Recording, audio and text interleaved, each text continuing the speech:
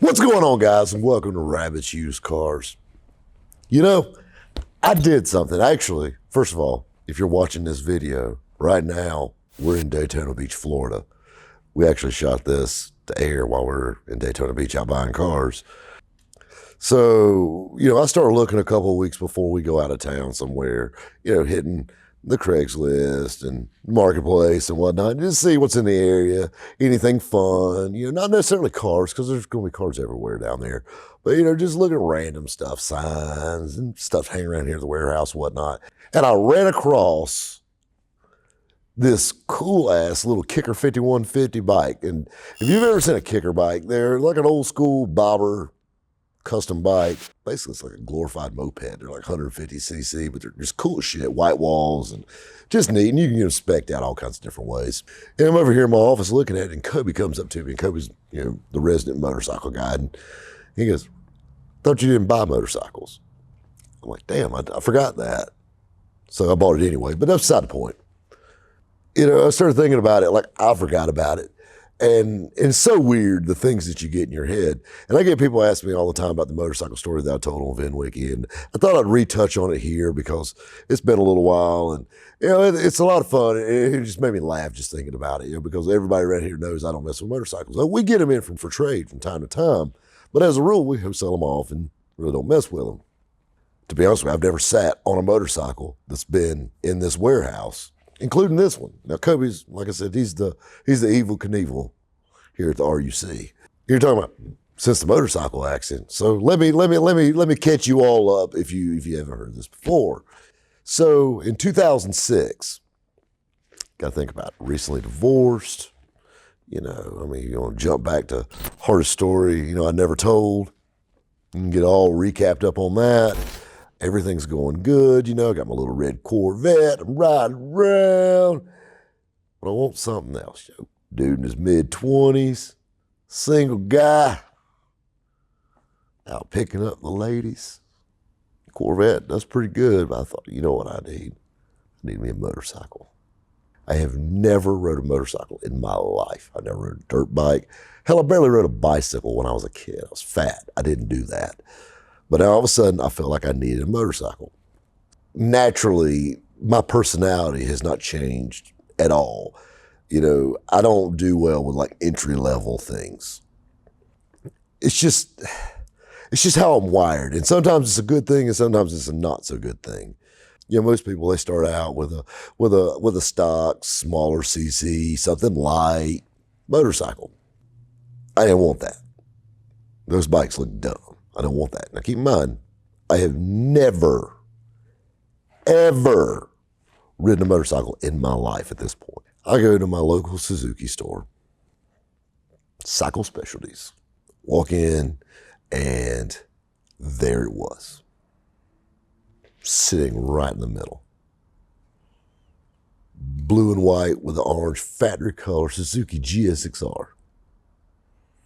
I'm like, yeah. That's what I want right there. Well, I'm looking at it, I'm like, man, I like this. Look like the Suzuki race bikes. I'm like, yeah, this is cool, And I never forget the salesman said, yeah, he goes, we sell a ton of these. But then we have this one that they made less of, or I don't remember the exact thing, limited edition, whatever it was, but it was like a shiny black and flat black with the orange graphics. It's basically the same graphics, but all done in different shades of black on it. And he goes, now this one, and I'm like, man, now that's killer. Black wheels, it was all murdered out, but this is before murdered out was a thing. This GSX-R sitting there, and I'm like, I love it. We got talking for just a few minutes, and next thing you know, we made a deal. I bought me a motorcycle, but I wasn't done. He goes, all right, he said, go pick you out a helmet. He said, anybody buys a new bike gets a helmet. He said, anything you want on that wall right there. I said, just take it off the bike. I don't need no helmet. First mistake. Can't wear no damn helmet. Can't holler at girls with a helmet on. Don't need that, That's stupid. Don't need no helmet. Helmets for punks. I don't need one of them. And I'll never forget the next thing is they had this cool parts counter, all these different, hop-up parts for bikes. And, well, the first thing I thought was, I want it lowered and I want it lengthened, swing arm, like a power commander setup or something for it, basically like a tuner for it. And the big thing at the time was titanium exhaust. And they had a micron titanium exhaust kit for this thing. And it basically was like a little short pipe that shot out the side at the back, you know, and I just thought that was the coolest thing ever. So I ordered me all that too. Didn't pick the bike up that day. I said, hey, fix me up. You know, so basically they rolled my bike around back. They started putting on what they had, ordered everything else. They called me back about a week later and said, your bike's ready to go. Fired up this thing that's just wicked sounding. Loud. I love that sound. I lived about 1.5 miles from the Suzuki dealership. And by the grace of God, I got it home and in my garage without laying it down. I was so scared of this thing. I knew nothing about it. I mean, I literally was probably riding first, second gear the whole way. I got a motorcycle. I need to learn to ride it.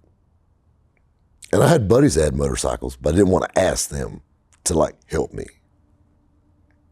I figured this out on my own. So I lived in a pretty good sized neighborhood. So what I did was I just rode around the neighborhood. Go over to the next street, grab another gear. Go on over to the next street. After a week or so, I'm zipping all over the neighborhood. Shit, I got this. Next week, I'm leaving the neighborhood, just riding around. Next week, I went on a date on my bike. Went out a few other times, you know, I'd get it out. It was so fun just to come home and like I look forward to just coming home and just going to ride for 30, 45 minutes, just cruise around. Getting a little more braver and braver every time I took it out. So fast forward a few months, actually 4 to be exact. And keep in mind, when I got the bike, it was actually a little cool out. It was early. It was early spring. You know, this is July 6th. It was a Friday, 2006. Came home from work. I was working at the truck shop. I got to be careful how I tell this story because I told it 2 different ways, and I told it the safe way the first time, and that you guys, you'll get the real version.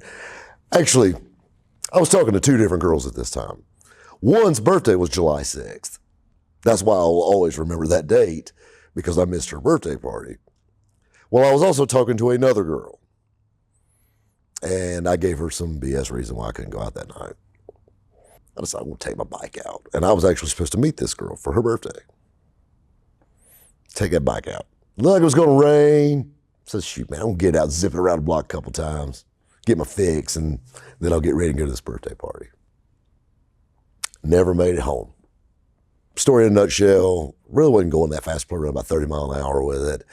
I went to a turn, had a bunch of grass standing there. They just cut a field at an intersection and laid it over. I first started going over like this because I overcorrected. I'm like, I don't have a helmet on. I'm going to go face first into the ground. I lay back. When I lay back, I caught my leg. When I caught my leg, I broke my leg off right here. Just snapped it.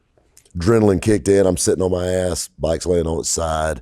First thing I think of is, one, I got to get my ass out of the road. So I kind of back up off the road right quick. And I look down and my foot doesn't look natural. Like it's laying over here. Like, you know what I'm saying? Like, it doesn't hurt, but it doesn't look right.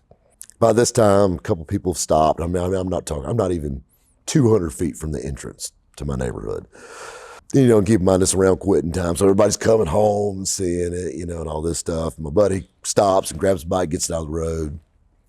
And it didn't even tear the bike up bad, you know, like it broke, you know, it broke a lever off of it. And, you know, it had the little slider things on it. So it kept from really tearing anything up, broke a mirror on it, you know, silly stuff.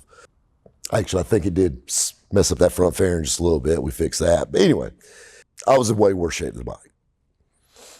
So I looked down and I told him, I said, man, I want to break my leg. And my buddy says, yeah, that looks pretty bad. Well, little I know, they already called the ambulance. They called 911, or someone did.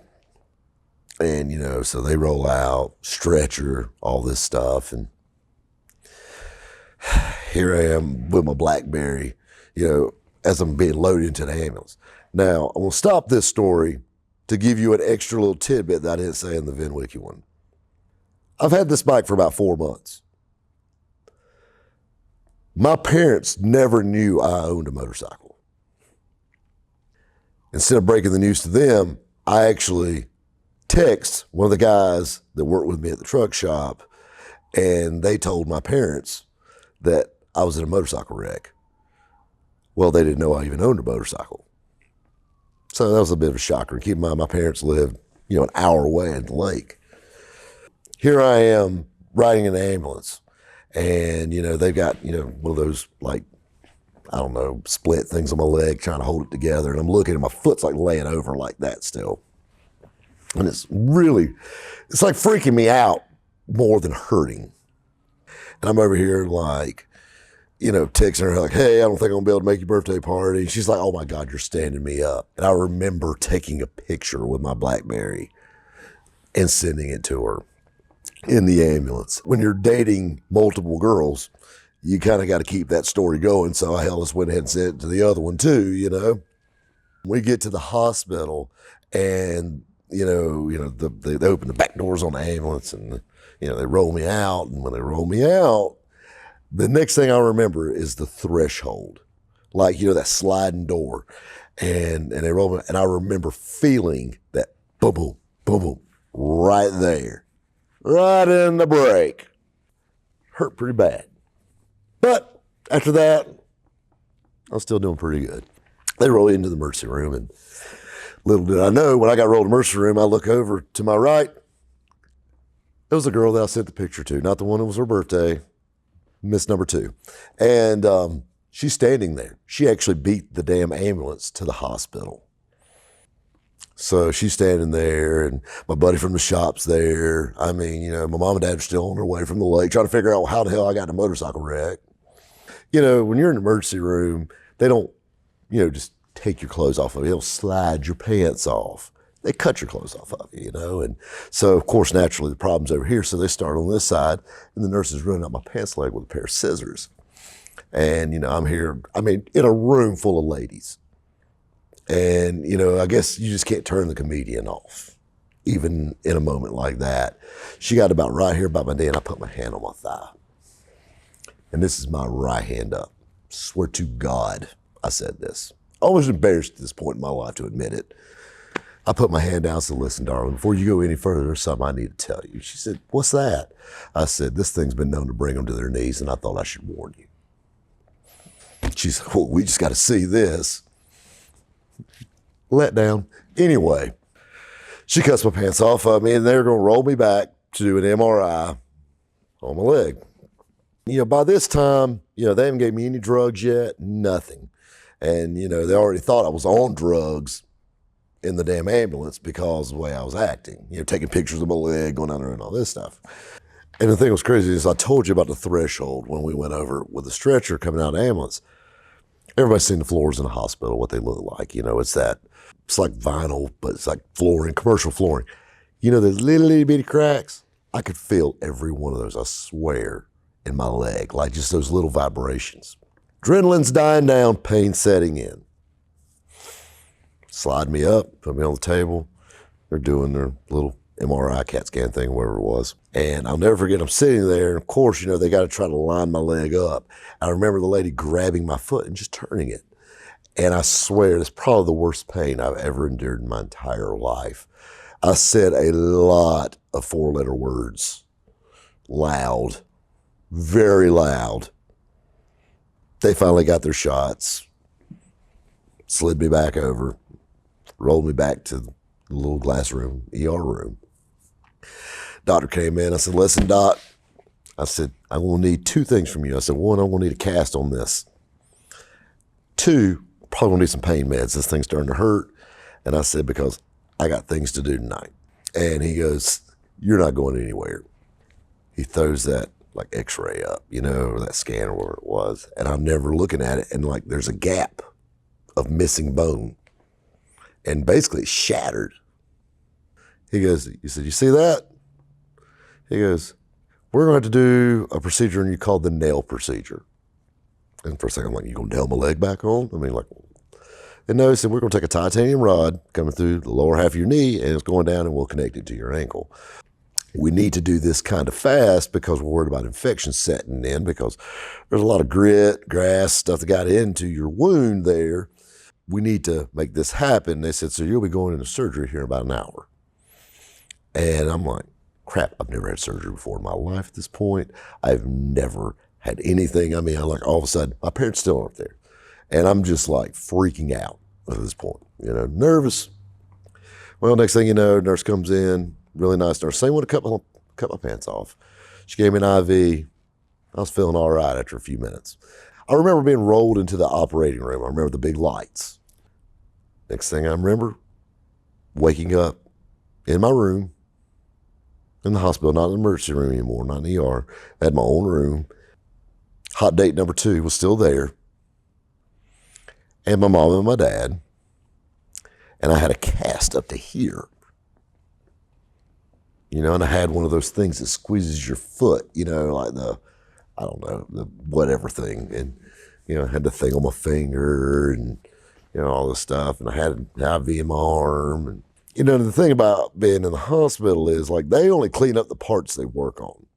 And I joke with people all the time. I'm one of those guys. I don't like being like dirty. I know everybody in town and I know people are going to be coming by and like my hair's messed up, I've got dirt on my face. I probably smell like ass. I got this cast up to, literally up to my stuff, and you know what I'm saying. I'm not liking it. So the doctor comes in, says, "Hey, how you feeling?" I said, "Doc, I feel good. I need a shower." He goes, "If everything goes good," he said, "we probably can get a nurse to give you a little sponge bath, maybe tomorrow morning." Not the answer I was looking for. He said, "Hey, we'll come back in and check in you after a while. You just chill out, relax. Nurse blah, blah, blah, be in here, yada, yada." He left. I finally got done explaining to Mom and Dad about the whole situation with my buddy's motorcycle that I was riding by accident that I fell off of. And no, I actually told him it was mine. Anyway, I listened to them bitch for about 2 hours. So I'm standing there and we have hot date number 2 and she's there and she's a real sweet gal. We've been out a couple of times and I never get, all my stuff was in a bag, my cut up jeans I had on and whatnot. They go and my parents leave. I said, "Will you do me a huge favor?" She said, "What's that?" I said, "I'm wearing a gown with my ass hanging out of it. I got to pee in a jug. Got a 2-day beard going."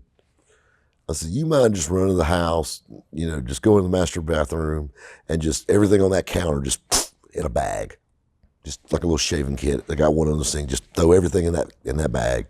And grab some pajama pants, and a couple t-shirts, some boxers, things like that, and just bring them up here."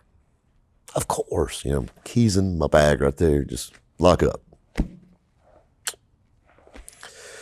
So she leaves. Cleaning lady comes in. Older black lady, super cool.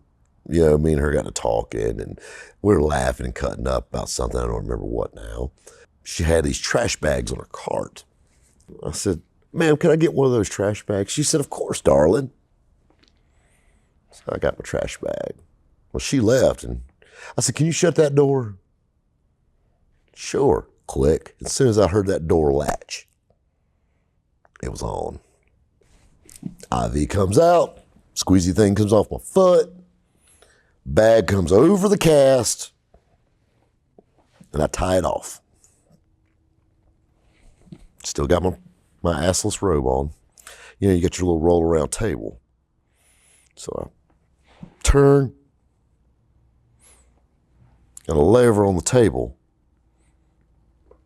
and I hobble like 1 foot hop and roll over to the bathroom, which is literally from here to the end of that bike. It wasn't far. And I opened the door and thank God it was a push, not a pull. And the thing is the shower, there was like the whole room was basically a shower, and it had a sink and whatnot and a toilet in there. So I didn't have to like climb over into anything. So basically I gave myself I took a shower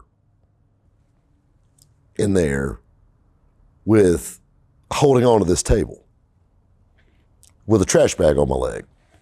Well, by this time, comes in, she has my stuff and she's like, "Oh my God, what are you doing?" I said, "Just chill out and give me a hand, So she drags a chair into the bathroom, and I sit down and I shave, fix my hair. I put on some pajama pants. She actually brought me some good ones, like big legs on them. I remember putting those pajama pants on. She helped me get those on. Put a t-shirt on. I was, had a little smell good on, because you never know. I literally got myself back into the bed. And I'm talking about within 3 minutes, the door opens up. It's the doctor. He comes in, he says, "Hey, Rob, how you feeling?" He goes, "You've changed. You smell good. What did you do?" I just took a shower, got cleaned up a little bit. I'm good. He said, "You don't realize we drilled screws into your legs, into your bones. It was chipping away because they were so brittle. And we didn't know why. And we put a titanium rod in your leg. And I told you just to sit there and take it easy. And you went in there and you took a shower."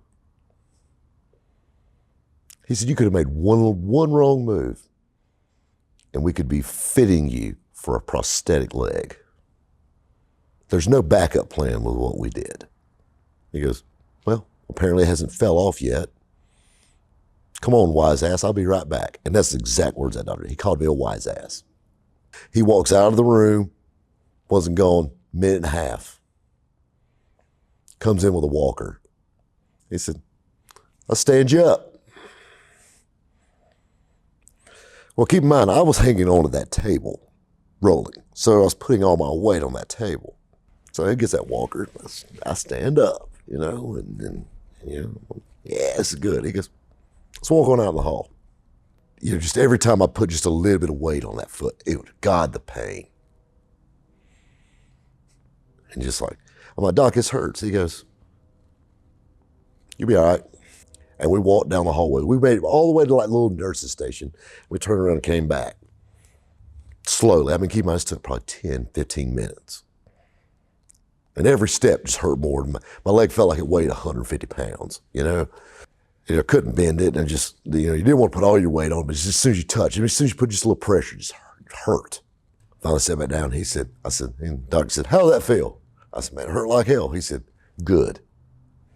Don't move till I tell you to." Okay. Nurse comes back in, puts my IV back in. And so the reason they had an IV in my arm is they were actually pumping like vitamins into me. I don't know exactly what it was, because they were trying to figure out why my bones were so brittle, and they didn't know if it was, lack of calcium or whatnot or whatever. But come to find out, something that didn't get told in the Vinwiki story, several years later, I had a condition, basically low testosterone, but it was extremely low. And it's to the point that my body was so lacking it that it actually started making my bones brittle. And that's actually why I shattered the bone in my leg like I did.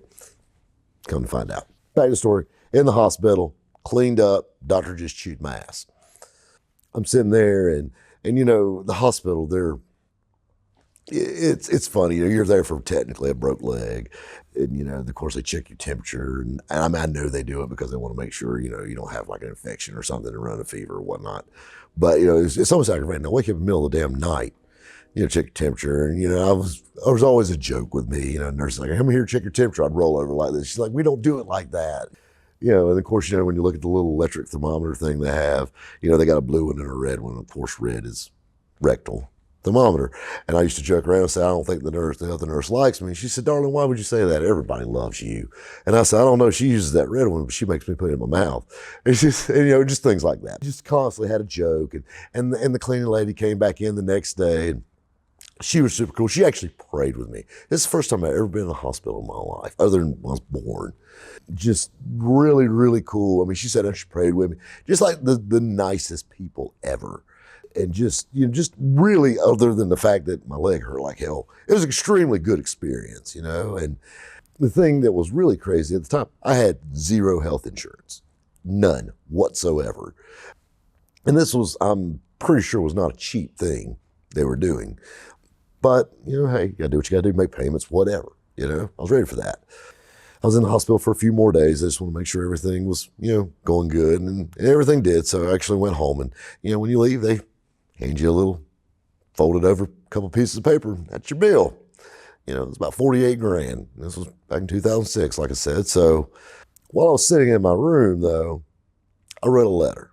And something about me that I've been like this forever.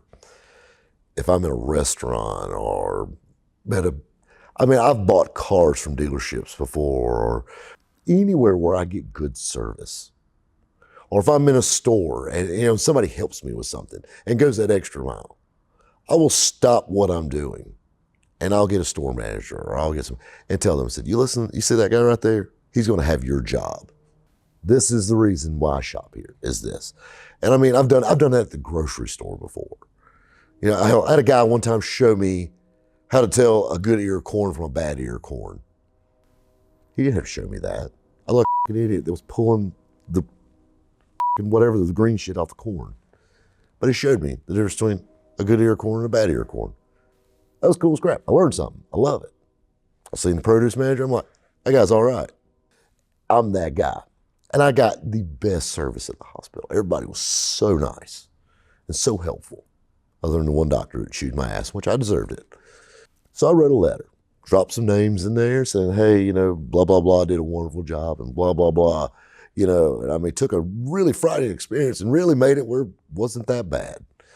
Want to say thanks, They had a little suggestion box, literally right there as you're going out. I just dropped it down in there. Got home. I got home like on a Monday. That following week, hell, I called the business office. I got this bill right here. Set a payment plan, try to get these people paid somehow. I called and gave them my little account number, gave them a social and all that stuff. And they said, you have a zero balance on your account. And I'm like, a zero balance? And I'm like, I was just there. They said, we know you're there. We see the procedure, but it's paid in full. And I'm like, one more time, let's run through this. And she said, sir, I get right here, you this, and this. And it was paid in full. That letter might have had something to do with it, might not have. I have no idea, but that's just one of those things that I love sharing that story with people. One, stay away from motorcycles, they're the devil. Two, bragging on somebody or, going the extra mile for somebody and just saying how good the service was goes a long way. So that was a lot of fun. And, this new motorcycle, I'll probably never ride it either. It's probably just going to be decoration in the showroom, but I don't care. Anyway, guys, we'll catch you next time at Rabbit's Used Cars. And I ran across, well, how crazy. We talk about ambulances and one goes by. She wasn't gone just a few minutes. Cleaning lady comes in. Unity.